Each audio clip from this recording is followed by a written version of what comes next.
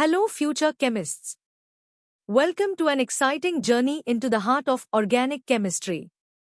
Today, we are unraveling the mystery of resonance, a fundamental concept that helps us understand why many molecules behave differently than their simple structures suggest.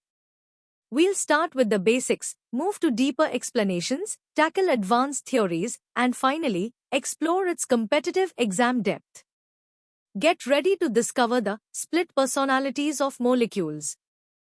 Ready to dive into the basics?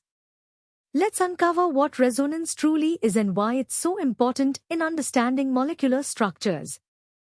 Imagine a molecule where electrons aren't fixed but are actually spread out, or delocalized, over several atoms.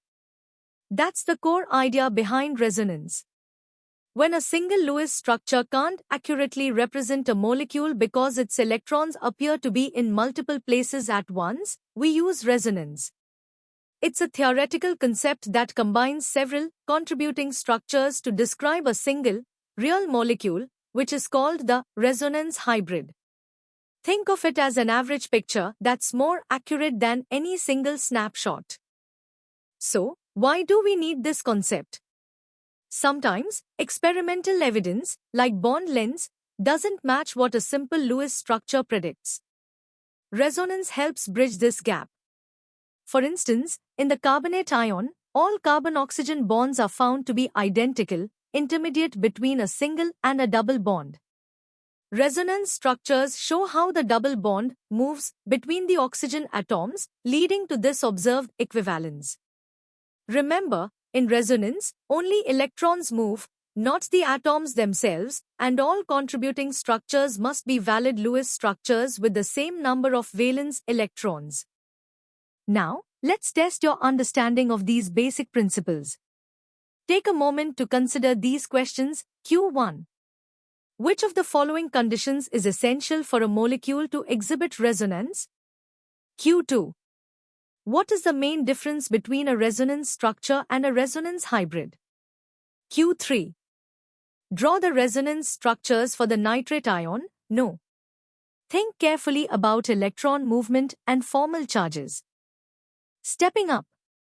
Let's explore the rules for drawing resonance structures and understand what makes some structures more stable than others. When drawing resonance structures, it's crucial to follow specific rules. Firstly, only pi electrons and lone pairs can move, sigma bonds remain untouched. Secondly, all contributing structures must be valid Lewis structures, meaning they must have the correct total number of valence electrons. Thirdly, the connectivity of atoms must remain the same, only the electron arrangement changes. Finally, watch out for the octet rule, especially for second-row elements like carbon, nitrogen, and oxygen. They generally cannot exceed an octet in stable structures. These rules ensure we are depicting realistic electron delocalization. Not all resonance structures are equally important or stable. We can assess their contribution based on a few key factors. Structures where all atoms have complete octets are generally more stable. Also, structures with more covalent bonds contribute more significantly. Another important factor is charge separation. Structures with minimal or no charge separation are more stable. If charges are present, structures where negative charges reside on more electronegative atoms and positive charges on more electropositive atoms are preferred. These guidelines help us identify the major and minor contributing forms to the overall resonance hybrid. The true representation of a resonating molecule is its resonance hybrid, a single, static entity that is more stable than any of its individual contributing structures. It's not an equilibrium where molecules rapidly interconvert, but rather a blend. The double-headed arrow, left and right arrow, is used to indicate resonance between contributing structures. The stability gained by this electron delocalization is quantified as resonance energy, which is the difference in energy between the resonance hybrid and the most stable contributing Lewis structure. Higher resonance energy implies greater stability for the molecule. Time to apply what you've learned about stability and rules. Q1.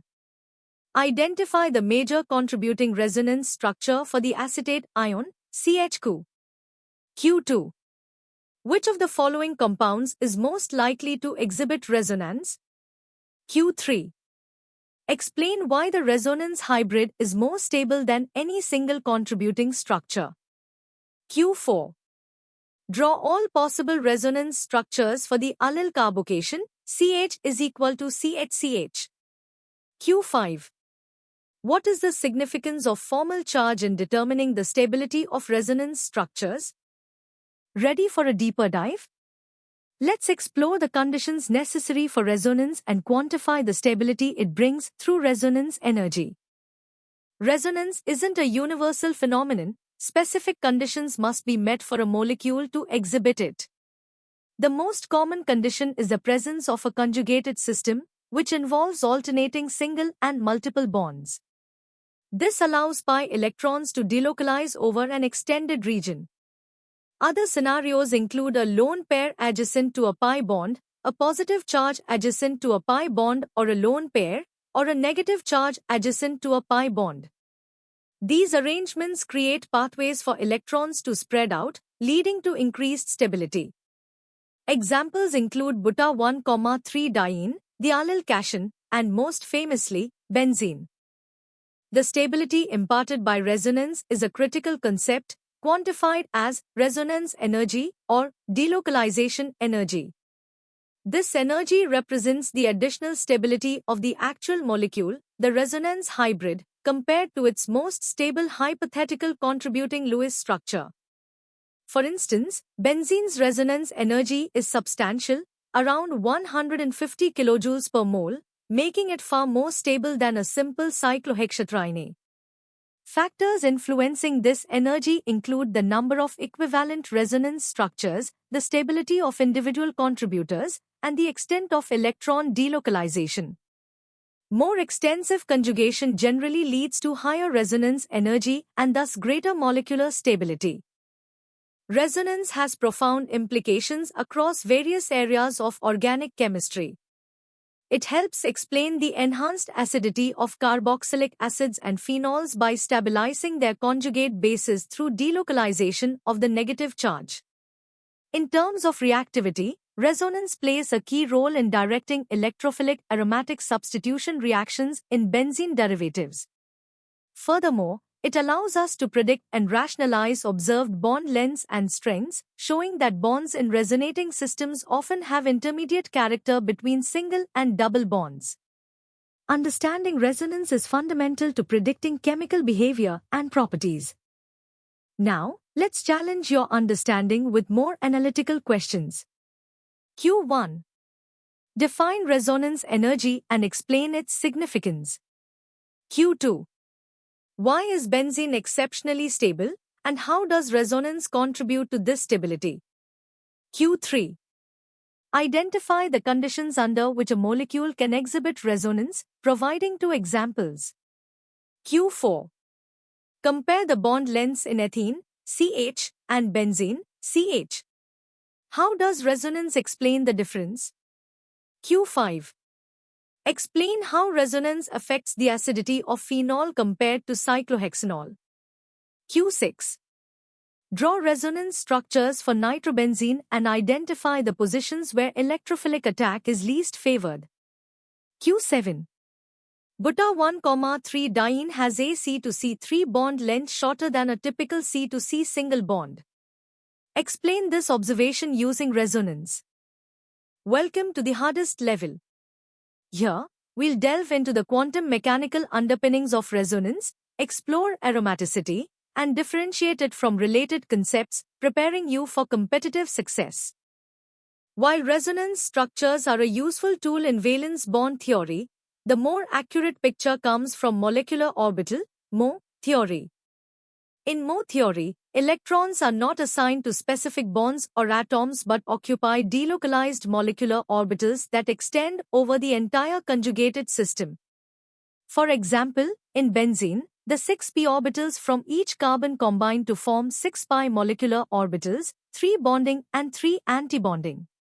The 6pi electrons fill the 3 bonding MOs, creating a highly stable, delocalized electron cloud above and below the ring. This quantum mechanical perspective explains the exceptional stability observed in resonating systems, especially aromatic ones. Aromaticity is a special case of resonance that confers extraordinary stability. According to Huckel's rule, a compound is aromatic if it is cyclic, planar, fully conjugated, and possesses 4n plus 2 pi electrons, where n is a non-negative integer. Benzene, with its 6 pi electrons, n is equal to 1, is the archetypal aromatic compound, exhibiting immense resonance stability. In contrast, cyclic, planar, fully conjugated systems with 4n pi electrons are termed anti-aromatic and are highly unstable, often more so than their open-chain counterparts. Systems that fail any of the other criteria, example not planar or not fully conjugated, are considered non-aromatic and lack the special stability or instability of aromatic anti-aromatic compounds. It's crucial to distinguish resonance from other related concepts. Resonance involves the delocalization of pi electrons or lone pairs asterisk within a single molecule asterisk, where atoms remain fixed, and the contributing structures are hypothetical. The actual molecule is a hybrid. Tautomerism, on the other hand, involves the asterisk movement of an atom asterisk, typically a hydrogen atom, along with a shift in pi bonds, resulting in two or more asterisk different, interconvertible molecules asterisk in equilibrium. For example, ketoenol tautomerism involves the interconversion between a ketone and its enol form. While both involve electron shifts, the key difference is the movement of atoms in tautomerism versus only electrons in resonance, leading to distinct chemical entities versus a single hybrid. Resonance is indispensable in understanding organic reaction mechanisms. It stabilizes key intermediates like carbocations, carbanions, and free radicals, making their formation more favorable and thus influencing reaction pathways and rates. For instance, allylic and benzylic carbocations are much more stable due to resonance. Resonance also dictates regoselectivity, as seen in electrophilic aromatic substitution, where substituents direct incoming electrophiles to specific positions by stabilizing particular intermediate carbocations. Furthermore, a related concept, hyperconjugation, involves the delocalization of sigma electrons into an adjacent empty p orbital or pi system, providing additional stabilization to carbocations, free radicals, and alkenes, though typically to a lesser extent than full resonance. Both are critical for predicting reaction outcomes. Let's tackle some advanced problems. Q1. Explain the concept of aromaticity using Huckel's rule and provide an example of an aromatic and an anti-aromatic compound. Q2. Differentiate between resonance and tautomerism with suitable examples. Q3. How does molecular orbital theory provide a more accurate description of electron delocalization compared to valence bond theory's resonance concept? Q4. Discuss the role of resonance in stabilizing carbocations, particularly explaining why a benzylic carbocation is more stable than a tertiary alkyl carbocation. Q5. Predict the major product of electrophilic nitration of aniline, explaining your reasoning based on resonance effects. Continuing with challenging questions. Q6. Explain why cyclotetraene is non-aromatic despite having a cyclic, conjugated system. Q7. Describe hyperconjugation, giving an example, and compare its stabilizing effect with that of resonance. Q8. How does resonance explain the unusually low pK of acetic acid compared to ethanol? Q9. Draw all resonance structures for the phenoxide ion and explain why phenol is acidic. Q10. Consider pyrrole and furan. Are they aromatic? Justify your answer using Huckel's rule and resonance concepts. And that brings us to the end of our deep dive into resonance. I hope you now have a comprehensive understanding of this vital concept, from its basic definitions to its quantum mechanical implications and competitive exam applications. Remember, Mastering resonance is key to excelling in organic chemistry. For more such in-depth educational content and to supercharge your G-Main preparation, visit synapse.omaps.in. Don't forget to like this video, share it with your friends, and subscribe to our channel for regular updates and more exciting lessons. Keep learning, keep exploring.